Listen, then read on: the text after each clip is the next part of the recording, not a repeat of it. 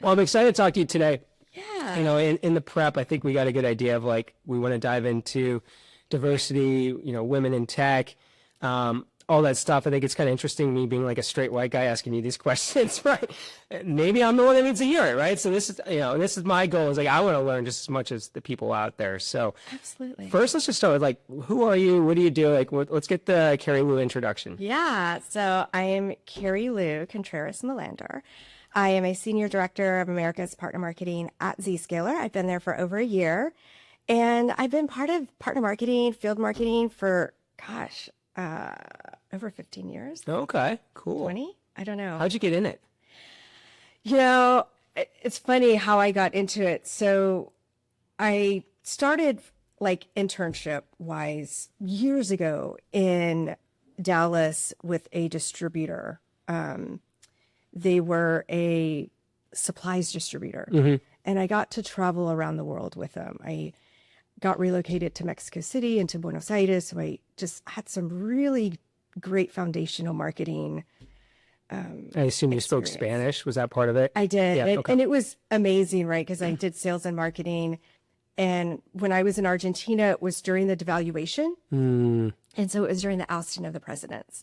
So 5 presidents in like a span of like 3 weeks or something ridiculous. And the devaluation and seeing my team go from making dollars to pesos overnight. Like it was a good eye-opening experience for someone at that time in my 20s, right? Where you don't see that, right? And how do you help and motivate your team, right? Yeah. So it was a really good eye-opening experience. And so I knew that I wanted to continue that path of, helping and motivating and leading and then in tech too. And so it just doors sort of opened up. And one of the biggest doors was a friend of mine. Do you remember the Go to My Meeting? Mm-hmm. Yeah. Okay. So I know the person who actually started that, and just wonderful human being, Brian Donahue. And they were eventually bought by Citrix. Yeah. Yeah. So this is just a friend or someone you met in the industry, or? No, a friend. So a friend of a friend. Yeah. And so we met, and he put me in connection, and I got a job at Citrix, and that really is where it just sort of. Did you go into the partner marketing org there, or were you doing something different? I was doing field marketing. Okay. And then from field marketing, I went in on the VAR side. So if you remember Foresight, I don't know if that rings a bell. I was with Foresight as a field marketing manager. And I really got the understanding of what it was like to work with a partner. And so I had that field marketing. So I loved it. I enjoyed it. So as my career progressed, I understood the value that partner marketing had from a field marketing perspective. My budgets could be optimized. I could tap in. I could say to those reps, hey, who is that partner that you align with, right? Who's important to you? Let's do an account-based marketing activity. And so I think that's just where it kind of stuck, and I loved it, right? It's almost like the best of both worlds that you end up having. And so from there, I went to NetApp, to VMware, I did a startup, Tentry, I don't know. I don't know if this overlaps, but did you work with a woman named Robin Alboron at NetApp at all? Why does that name sound familiar? I don't know if you guys were there at the same time. She was just early on in my career. I've known her for like 20 years now, and she was at NetApp at some point. Was she in the marketing, the partner marketing? Yeah, no, not partner marketing. That was it. She was more, I don't know, field or corporate, but she wasn't partner. Okay. Yeah, I mean, NetApp was awesome, right? And then just going there, and then I got to AppDynamics. Okay. And they were acquired by Cisco? They were. Yeah. Okay. They were acquired by Cisco back in, was it 2017, 2018, I think? And that was just a rocket ship. What was it? It was incredible, right? We were part of this OG partner marketing team and the whole partner organization. So at that time, AppD was like 30% channel, like majority was direct. Yeah. And we ended up shifting it to over like close to 90%. Was that because of the acquisition or just coincidence? Coincidence. Yeah. It was really pushing and working with the field and saying, aligning with them, showing them the value. There's growth opportunity there. Yeah. land and expand motion. We did amazing incentives with the partners to get them to grow and really increase their deal registrations. So it was a lot of fun. So, and then I went to AWS with their marketplace. Oh, I know you were in AWS. Yeah, Oh, AWS okay. Marketplace, which was also almost felt like a startup, right? Because everyone was just curious about Marketplace and, how do you sell into Marketplace? So that was incredible. And now I'm at Zscaler. Yeah, I love very it. cool. I love it. And A year in, right? a year in, I Okay. love it. I always had my eye on Zscaler. And so, this whole trajectory and what we're going to talk about today is just that leadership, right? And the authenticity, right? And the opportunities that exist for minorities like myself. And, being, my first language was Spanish. My parents are firstborn, Mexicans, and Were they born in Mexico or born here? they were born in Mexico. And, that was my first language, right? And so, And you grew up in Texas, right? and I grew up in Texas.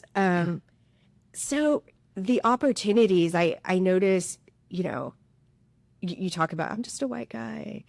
And it's like, my husband's a white guy. And so I consistently have to sit there and be like, that's such a white point of view. Interesting. Like, because when you're raised and you're a person of color, you notice the differences in the opportunities and how people just gravitate to certain things, right? And so I'm just a huge advocate of that diversity of just, I've been there, right? I've seen some people like their trajectory grow and increase, and they've had amazing sponsorships and mentors, but they were all, white people, right? Yeah. So how do we really open that door for another group of minorities and leaders to walk in? Because if you look at tech, even like 10, 12 years ago, there wasn't that many females, right? Yeah. And it's still just not that great. So yeah, I'm just super passionate about, based on my experience with leadership of just that authenticity and the sponsorship, equality is important to me, right? And with my teams, that we show that with them and help them grow. Yeah, I'd love to get into your perspective on like what we should be doing more, or what's working. But before we do that, if you're okay with it, can we go back and talk about maybe some of the things you experienced that were, whether they were challenges, roadblocks, barriers, whether for you or other people around you. I'd love to, because obviously that's shaped your perspective today. 100%, why I'm so passionate about it. So, I've had it, all types of leaders, right? And so one of the things is obviously people don't leave bad companies, they leave bad managers. And that is so true. And in my case, I experienced it where, I had a leader, who told me once, I was too aggressive, right? Like, you're too aggressive, Carilu, the sales team are, blah, blah, blah. And I'd be like, well, that's interesting, but I'm knocking it out of the park. My team respects me. They love me. We're, have the metrics. I'm showing the ROI, right? But my male peer was doing the exact same thing I was doing, but he was being praised for being assertive. Oh, geez. Yeah, right? So it was like, him being assertive, I was too aggressive. That same leader even told me once, which is just horrible. He was like, you're very spicy. Like, it's like, oh, because I'm Latina, like, you want to use that word, that I'm spicy. So yeah, like those things, like you remember those things and you take them to heart and you're like, oh man, is that why I need to change, right? And the reality is no, they need to change. Can I ask you something at the time? Like, did you refute them, or is it like, did you just kind of sit on it? And that's got to be tough, because it's like, because you probably wish you'd went back and handled it differently, but that was part of your learning process probably, right? 100%, because at that time you don't see what it is today, where people actually speak up and all of this unconscious bias. Like at that time, I didn't see anyone like me in field or partner marketing. Yeah. Right. So what was I going to say? Right. So those things really, really stick with you and how they are. You have, the manager who is a total micromanager, right? That just will not let up controlling. You're like, gosh, if you just let me do my job, Yeah. right? Like we can all be one big, amazing team, right? But yeah, I shouldn't say recently, but several years ago, I had one leader who, during the time of the, whole George Floyd and, we were getting together and they blatantly admitted, right, that they've only been focused on helping certain females, right? Not looking beyond the, women of color because they just didn't feel like they were that ambitious, right? And I just remember being on that call thinking to myself, wow, you have a person of color on your team who raises their hand, right, and wants to do more. And you're just more apt at giving it to someone else because of what your thinking is about them, right? And like I said, I think those experiences have helped shape me in a way to think, I don't want to be that way. Yeah. I don't want my team to feel this. I want to help them, right? I want to understand them more, see where they're coming from. But yeah, all of these things, and sadly, like things still happen today where you're just like, oh gosh, like did they just realize what they just said? Probably not. Probably right? not. And it's up to us to talk to them about it. Like I remember one time I even said recently to someone, hey, I just want to go back to what you said, right? It was, let's talk about your comment, right? I just really want to help you. And some people just don't want to see it. They don't want to acknowledge that they are narrow-minded or that they came across that way. And Well, a lot of people don't want to be criticized about anything, right? So especially when you go down a subject like that, like, yeah, I could see a lot of people not want to hear that. They don't. And so, but you got to be open to it, right? Because I always say we're here to help each other out. We're here to learn, to grow. I mean, that's what life is about. So what advice do you have for someone that either maybe they overhear something or maybe they're experiencing it where they should obviously speak up and say something, but maybe they're worried about like how this is going to hurt their career or how they're perceived? Like what advice do you have? Like how they should handle that? It's super tough, right? Yeah. Because depending on the manager, you don't know how they're going to act, right? How they're going to take it. And, a lot of people can be very overly sensitive, but, more than anything, if you have a mentor, talk to the mentor. Okay. Talk to the mentor about it, get their feeling and feedback and how to best approach it. And, talk to HR, right? HR has some great resources and to sort of help managers as well to, remind them of, what they say and how they say it as well. Yeah. I would say that's the biggest one. If I ever came across having a mentor to be like, hey, this happened, like, am I being sensitive or how should I best approach this? Right. And so they give me a different set of lens from a leader, right? And say, oh yeah, I probably, wouldn't have, or this, or maybe talk to them. And again, I think when I have approached it, you have people that get very defensive. And it's like I said, like it's who they are. Like you got to be true to yourself, right? More than anything, and speak up, because the more you speak up, the more you're teaching others more than anything, and you're advocating for yourself, and you're advocating for other people, which is important. I know it's not true to every organization, but for the last one I was at, HR was in my company, they really like to call, I should say at IDG, not my company anymore. They call themselves, business. What do they call themselves? Like almost like business relationship managers or something like that. And they took it to heart, and they were actually really good at helping us understand how to communicate effectively, especially during tough situations. And so I had a great relationship with my HR team, and just like, look, I got a sticky situation here. Help me just.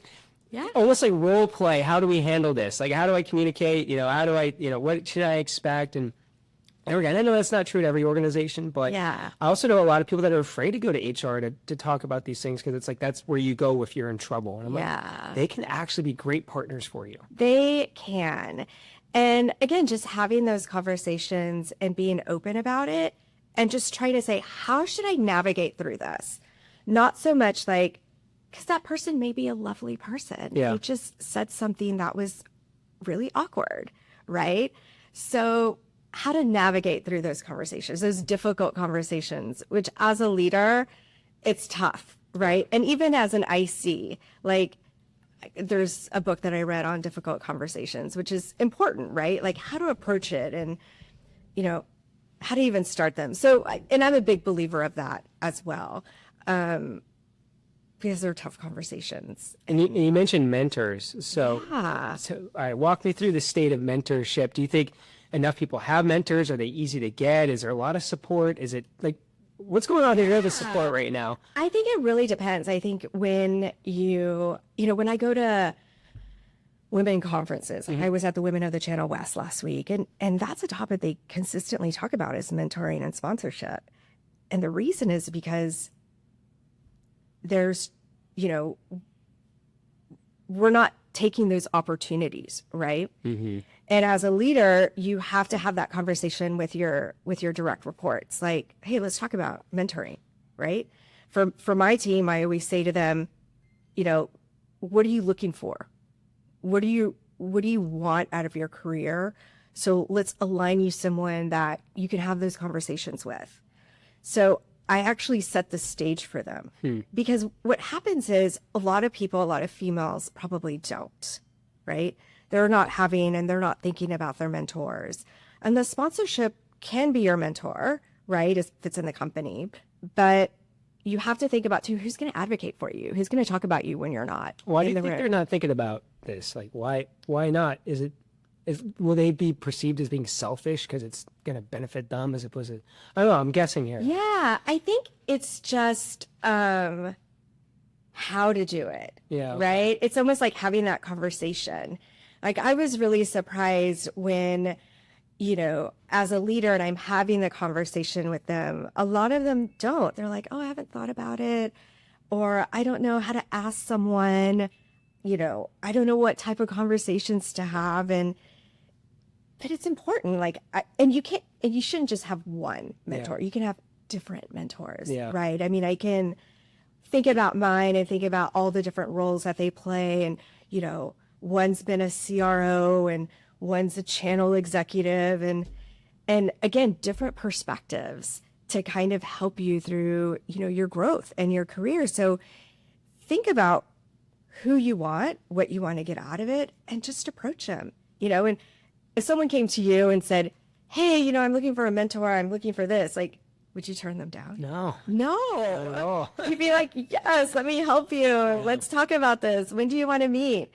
And I think there's this fear of rejection that someone's not going to take the time to help them, right? But everyone is willing to help and, dive in and say, gosh, well, yeah, let's talk about how to help you. Yeah, I almost feel like you're almost pulling on their ego strings a little bit because, well, if I get to help someone, I feel good about myself. I feel powerful. It's like, in my experience asking for help, people really want to help and they'll give you their time. Absolutely. And share those experiences so that, you can help someone not make the mistakes that you did, right? It's kind of like, I mean, we're both parents here, but you want to help your kids develop into amazing human beings and good people and kind people. And, here's an opportunity for us to do the same, right? In, within partner marketing or whatever it is to really help them shine and excel. It's not about, oh, I want to be better or competitive. And I hate that, right? Of the pettiness and the competitiveness that exists between females sometimes. Like, oh, let's help. Yeah, I want to ask you about that. So, like today in tech, female to female support, is it where it should be, or does it still have some ways to go? I've seen so much improvement since when I started my career. I think early on in my career, I think it was like very petty and very competitive, and I only got male support, sadly. I think that's shifted, right? In the last like 7 years, I want to say, where I've seen more women step up to the plate and help, right? I have been surrounded by wonderful female leaders that helped me, right, as well, and had those conversations and advocated for me as well. So I think honestly, it's getting better. And these organizations like the Channel Company that do Women of the Channel and, all of this, these are just great venues to tap into. Yeah. And they have a mentorship they have mentors where you can tap in and be like, hey, I want to be a mentor and really help. So they have a process set up to help people. Yeah. Because that's what I'm thinking. Like, not everybody has a great network. Absolutely. So it's good they have something there for those people too. Okay. Absolutely. And there's even one too, like there's a Latinas in Tech here in the Bay. They have chapters all over. And you can tap into being a mentor. You can, all sorts of organizations, right, to really help. Like, but yeah, I mean, an advocate for everyone, right? I mean, not just, ideally I would want to help other Latinas in their career and evolve and grow. But, anyone is here, right, to help anyone. So what about from like a leadership perspective? Like obviously trying to be aware of the environment, but like how should leaders be approaching this just to make sure that everyone is supported and they're creating an environment where everyone can excel? Yeah. I was just on a leadership call a couple of months ago, and I actually showed it with my team because I thought it was a great visualization of there's like an apple tree, right? And there's basically saying, go and you can pick an apple from the tree, right? But if you look at the people underneath that are picking apples, you have someone who's short, someone who's tall, someone has, long hands or whatever, right? Yeah. It's like different. Equality is like, I'm going to give everyone the opportunity to have an apple. I'm going to give everyone a pair of shoes, right? But equity is like, I'm going to give you the tools you need to reach that apple. Mm-hmm. I'm going to give you the right shoes that are going to fit you, that are custom made. And I think that's important as a leader to recognize within your team, because not everyone is going to be in the same stage. And, situational leadership is critical at that point as a leader. It's kind of like, I'm not going to talk or help someone on my team that's new in their career versus someone who's very experienced. Yeah. It's just a very different way. And so you, as a leader, you have to think about where your team is and how to have the right conversations to help them, right? Because you can't have the same level of expectation of someone that's been in their career 15 years and someone that's been there 3 years, right? It's different conversations. It's, it's just a different way of talking. And so you have to be aware of that. And I think a lot of leaders nowadays, they think, oh, well, the bar is this and, everyone needs to be at this bar. Well, yeah, but not really, right? So being aware of that and, part of a job of a leader too is motivating and encouraging, right? So they can feel like they can, grow in their career. Yeah, it's tough. I'm just, and I think it's tough in the sense I'm trying to think how I, as a sales leader, would execute that to the right standard, right? And I'm thinking, like sales metrics is a good example. Like I've been on teams where everyone's got to hit, the bar is the same. Yeah. Right? Sales calls, pipeline, proposals, but I think your analogy is spot on, but it makes me a little nervous. Like, how do I make sure I'm executing that's in a fair way for people, and it just makes me nervous. I'm going to fail at it, not that I need to try it. I need to do it. Yeah. And I think, there's a book that I read on situational leadership. And so it really helped define those different conversations, right? And how to approach it. And so that's, again, when I look at my team right now, and they all know it, that I always say it's different. Everyone is different. Yeah. But here's how I'm helping this person and how I'm helping this other person, right? And when you, I feel like, have that situational leadership, and this kind of brings us to the very beginning, it's like the authenticity. Then people know you're being authentic, that they can trust you as a leader, that you have their back. And when you have that authenticity, and that's something I advocate for, that's good leadership, right? So I feel like those two really fall in line with each other. Yeah, I think from my perspective, years of leading teams of different sizes, I had to learn to be very empathetic. And I think the more empathetic I could be, the better leader I was, because I'd really put myself in that person's shoes to try to understand, well, why are we seeing these results? Just asking the question of why, and just try to understand. And then I try to base the conversation from that position. And I still fail at it all the time. And I'm hot-headed Irish guy who just goes in there with his emotions and, like, why is this all wrong? Blah, blah, so I got to always just take a breath, try to put myself in their shoes, try to understand, and then approach the conversation from just that position of understanding. But I got to calm down and slow down to do that. It's hard, right? When you're in the moment and you want to react. Yeah, that's it. You want to react in a certain way. And sometimes, and look, it happens to all of us. It's not just you, right? I mean, look, I can probably get an email and I'm going to my God, let me, be all, crazy with the keyboard. But sometimes I always pause and I don't respond. I don't respond. I don't respond at that moment. I'll respond. Yeah. Because what I do is I try to rephrase it in my head, how should I approach this? Let me think about the best way to approach this. Mm-hmm. And I think once you change the channel of how it becomes easier to be helpful versus that reactive. Yeah. And then it becomes, I feel like, situational as well. So what advice do you have for maybe young women kind of entering, whether it's tech marketing or tech in general? What advice do you have for them? Yeah, I think for, women and women of color, don't let anyone's narrow mind of how they're treating you or what they're saying to you or, what they're doing, don't let it hinder you, right?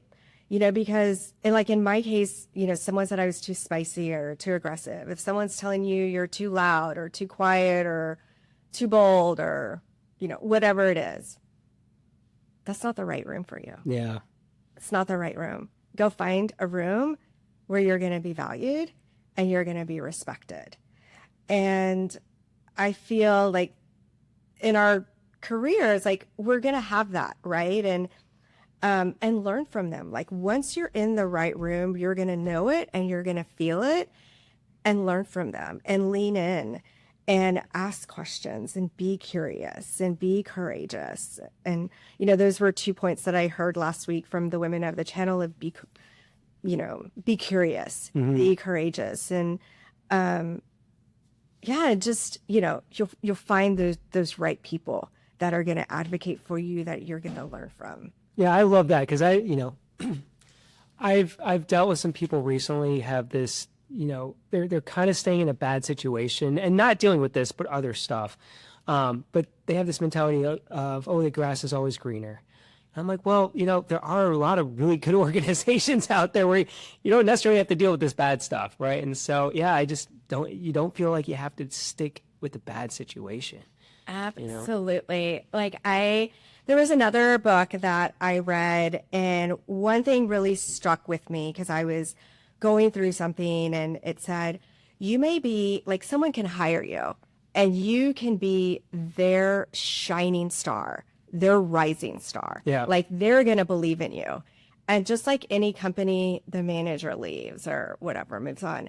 And for that next manager, you could be a falling star. Mm-hmm. And that doesn't mean that is who you are. Right. Because you are a shining star and you are a rising star. Go find that manager and that company where you're going to fit in and believe it and thrive. I think that's why it's so important, though, that we have that support structure and mentors, because we all face that doubt right? And, you know, I've even had my new business, right? I had a couple days where I was like really low. And, but you need those people around you to remind you that, you know, this is not you. This is a situation you're in, you know, and you just need those reminders from your support structure. You really do. You do. And find those people and ask them, right? You know, you see someone you admire, go to them. Yeah. And hear from them, ask them questions, ask them to be a mentor. If they're, you know, in your organization, ask them to be a sponsor. And, you know, that's the only way, right, that you're going to grow. And I hopefully will see more and more, you know, Latinas or women of color that are in partner marketing, that are taking those executive leadership roles. I mean, right now in the C-suite, I think there's only 1% of Latinas, which is just, that number just doesn't grow. Yeah. And, you know, hopefully one day in the future, it'll bump up to 2% and it'll be an amazing. Let's get you up there. We'll bump up those numbers, right? I'm here for it. By the way, it's the first podcast we've had here. Little doggy snuggling on you. I know. I know. He's making his little debut here as well. And he's quiet. Well, he's been very quiet, very quiet. We'll have to get Winston in the podcast art or take a picture with him. Absolutely. Absolutely. Well, thanks for joining. Is there anything else that, I mean, I know we covered a lot, but anything else you want to talk about that we might have missed? No. Okay. No. I think it's great. it's been helpful for me. I mean, this is always, look, for the last 20 years, I've gone around and talked to people like you and learned a lot. And it was always my goal to record those conversations and then just share with other people. And I feel like I did that today. So Awesome. thanks for coming on.